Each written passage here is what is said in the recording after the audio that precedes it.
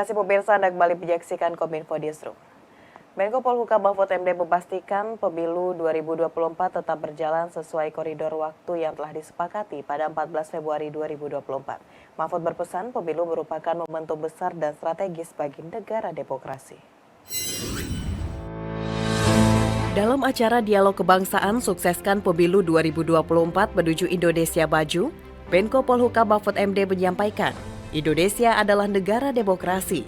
Menurutnya, hanya sedikit negara yang tidak menerapkan demokrasi. Mahfud menilai dalam dinamika sejarah, demokrasi terbukti dan dipandang menjadi sistem yang paling mungkin berjalan dan bekerja dengan baik.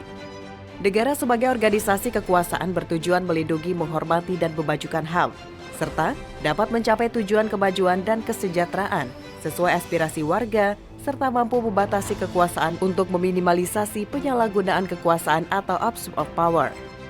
Di kesempatan itu, Mahfud memastikan pemilu 2024 tetap berjalan sesuai koridor waktu yang telah disepakati oleh pemerintah, DPR, dan KPU pada 14 Februari 2024.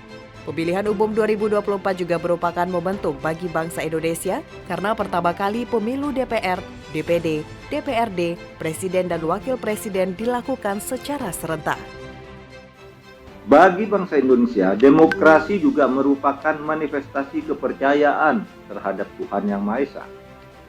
Keyakinan terhadap kekuasaan Tuhan Yang Maha Esa yang menempatkan manusia dalam posisi sederajat, baik di hadapan Tuhan maupun di hadapan manusia.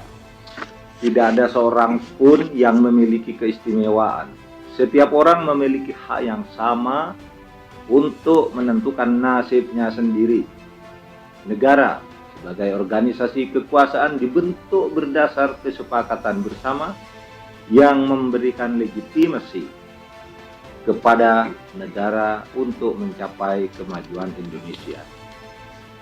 Sebagai mekanisme ketatanegaraan yang demokratis, pemilu tahun 2024 harus dijalankan sesuai dengan koridor waktu yang ditetapkan. Masyarakat dan politisi harus yakin bahwa tidak ada dan tidak boleh ada upaya penundaan pemilu. Hal ini juga telah ditunjukkan oleh langkah-langkah penyelenggara pemilu dalam menyiapkan dan menjalankan tahapan-tahapan pemilu.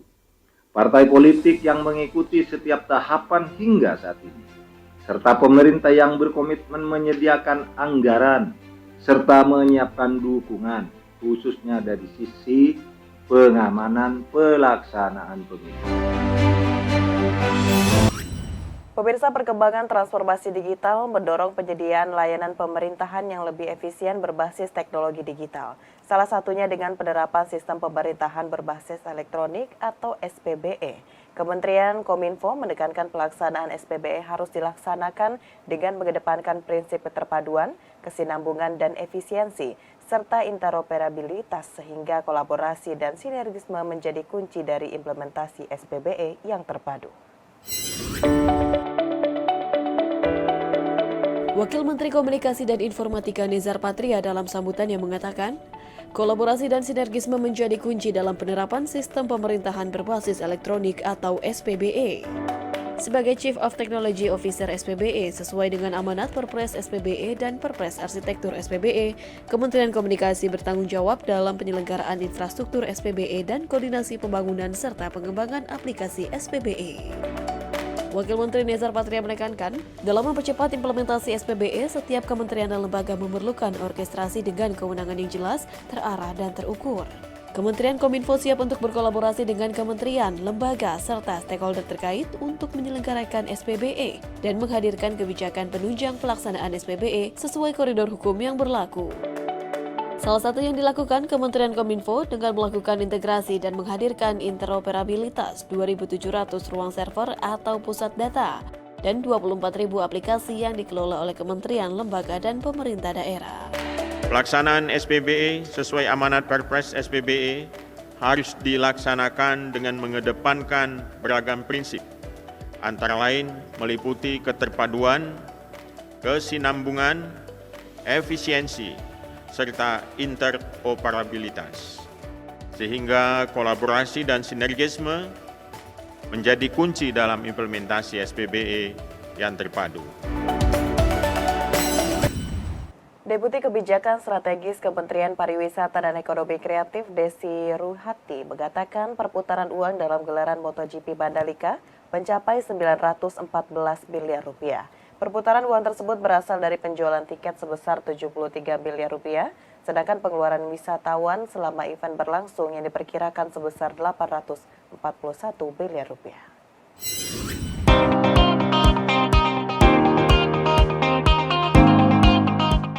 Kementerian Pariwisata dan Ekonomi Kreatif melaporkan, estimasi sementara perputaran uang dalam gelaran MotoGP Seri Mandalika mencapai 914 miliar rupiah. Gelaran ini mampu meraup hasil penjualan tiket sebesar 73 miliar rupiah serta pengeluaran wisatawan yang mencapai kurang lebih 841 miliar rupiah. Gelaran yang dihadiri kurang lebih oleh 102.929 pengunjung ini mencatat pengeluaran para pengunjung yang mampu merogoh dana sekitar 5 hingga 10 juta rupiah per hari. Deputi Kebijakan Strategis Kemenparekraf Desi Ruhati dalam The Weekly Brief with Sandi Uno mengatakan, dari sisi akomodasi pada zona 1 hingga 3 yakni di Mandalika, Praha, dan Kota Mataram, tingkat okupansi mencapai 100% dengan kenaikan harga mencapai 2 hingga 3 kali lipat dari harga normal.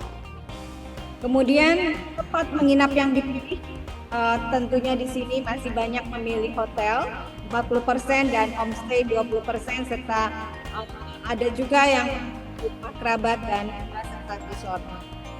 Kemudian tadi saya sampaikan 90% pengunjung akan berkunjung kembali, tentunya bukan hanya karena ada MotoGP, karena fasilitas di Mandalika sudah dapat memberikan kepuasan. Sementara itu, para pengunjung yang menonton perhelatan ini didominasi oleh wisatawan asal Nusa Tenggara Barat sebesar 46,6%, Jawa Tengah 13,3%, Jawa Barat 13,3%, disusul oleh Banten 13,3%, serta Bali 6,6% dan DKI Jakarta 6,6%. Selain itu, pelaku UMKM juga disebutkan mengalami peningkatan pendapatan sebesar 36,54%. Sejalan dengan hal tersebut, Menteri Pariwisata dan Ekonomi Kreatif Sandiaga Uno pun mengungkapkan bahwa wisatawan Nusantara juga menginginkan agar gelaran balap motor kelas kaisar ini dapat digelar di destinasi wisata unggulan yang lainnya.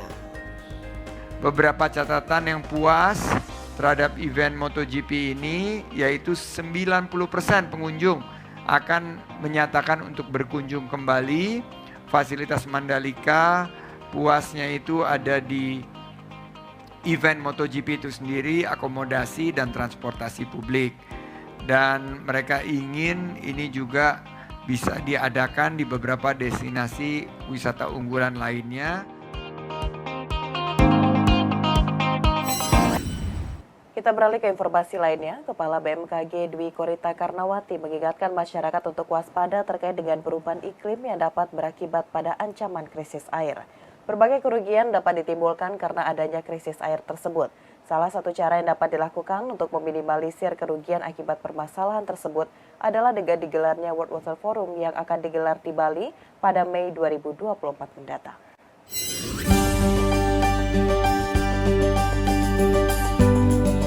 Kepala BMKG Dwi Korita Karnawati dalam Forum Merdeka Barat 9 menyebutkan perubahan iklim yang terjadi saat ini dapat berakibat pada ancaman krisis air. Ia menegaskan bahwa dari pengamatan 193 BMKG di berbagai negara, diproyeksikan dalam beberapa tahun ke depan akan munculnya hotspot air atau tempat-tempat yang mengalami kekeringan, baik di negara maju maupun negara berkembang. Namun, Dwi Korita menyebutkan fenomena hotspot air tersebut untuk sementara tidak terdeteksi di Indonesia. Meski demikian, masyarakat dan segala pihak terkait diminta tetap waspada karena informasi tersebut merupakan data global dan tidak menutup kemungkinan adanya data yang berbeda secara lokal terkait dengan kemunculan hotspot air di Indonesia. Hingga tahun 2021 saja, cuaca ekstrim yang berkaitan dengan kelangkaan air telah menyebabkan 11.778 kejadian bencana dan menimbulkan kerugian di berbagai negara. Oleh karena itu, pentingnya World Water Forum yang akan digelar di Bali pada Mei 2024 mendatang untuk membantu meningkatkan kesetaraan dengan membantu negara-negara miskin, negara tertinggal, negara kepulauan agar lebih tangguh dan berdaya dalam menyikapi perubahan iklim. Ini berdasarkan data global yang dikumpulkan dari pengamatan BMKG 193 negara dan states. Diproyeksikan dalam beberapa tahun ke depan itu akan terjadi hotspot air. Artinya tempat-tempat yang kekeringan Nah, ini lingkarannya tidak pandang bulu, baik negara maju ataupun negara berkembang ataupun negara miskin. Baik di Amerika, Utara, Selatan, di Afrika sama aja. Di Indonesia alhamdulillah ini tidak terdeteksi, tapi kita tidak boleh happy dulu karena ini data global. Secara lokal pasti ada. Pemirsa, usai jeda pariwara kami akan kembali dengan informasi lainnya. Tetaplah bersama Kominfo Newsroom.